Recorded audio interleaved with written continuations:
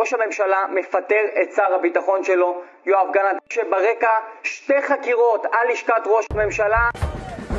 הפיטורים הללו מגיעים כתוצאה ממחלוקת על 3 נושאים. הראשון, עמידתי הנחרצת על כך שכל מי שנמצא בגיל הגיוס הינו חייב גיוס.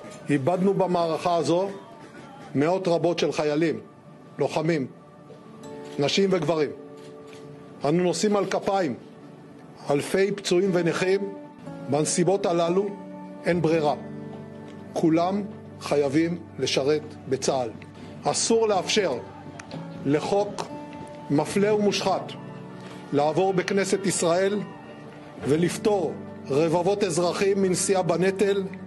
הגיע הזמן לשינוי.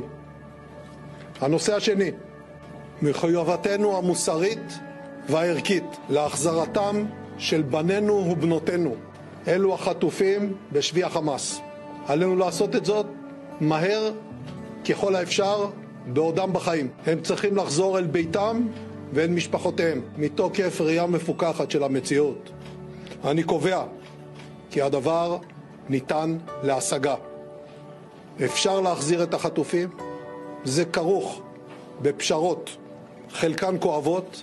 מדינת ישראל תדע לעמוד בפשרות האלה, וצה"ל ידע לגבות אותן ביטחונית. את מי שהלך מבין החטופים לא נוכל להשיב עוד.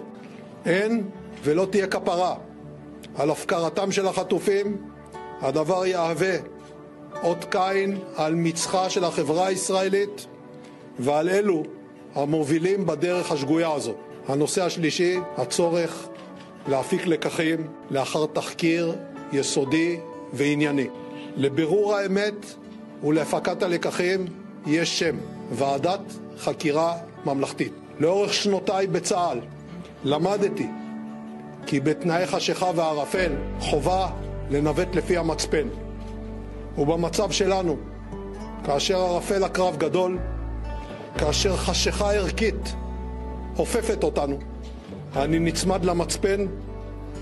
תקוותי היא כי בנוסף לאנשי מערכת הביטחון יאמצו את הדרך הזו גם נבחרי הציבור. זה נכון עניינית וזה נכון ערכית ומוסרית. אני מבקש להצדיע לנופלים ולבני משפחותיהם, לפצועים ולנכים, לחטופים ולמשפחותיהם וללוחמי צה"ל באשר הם.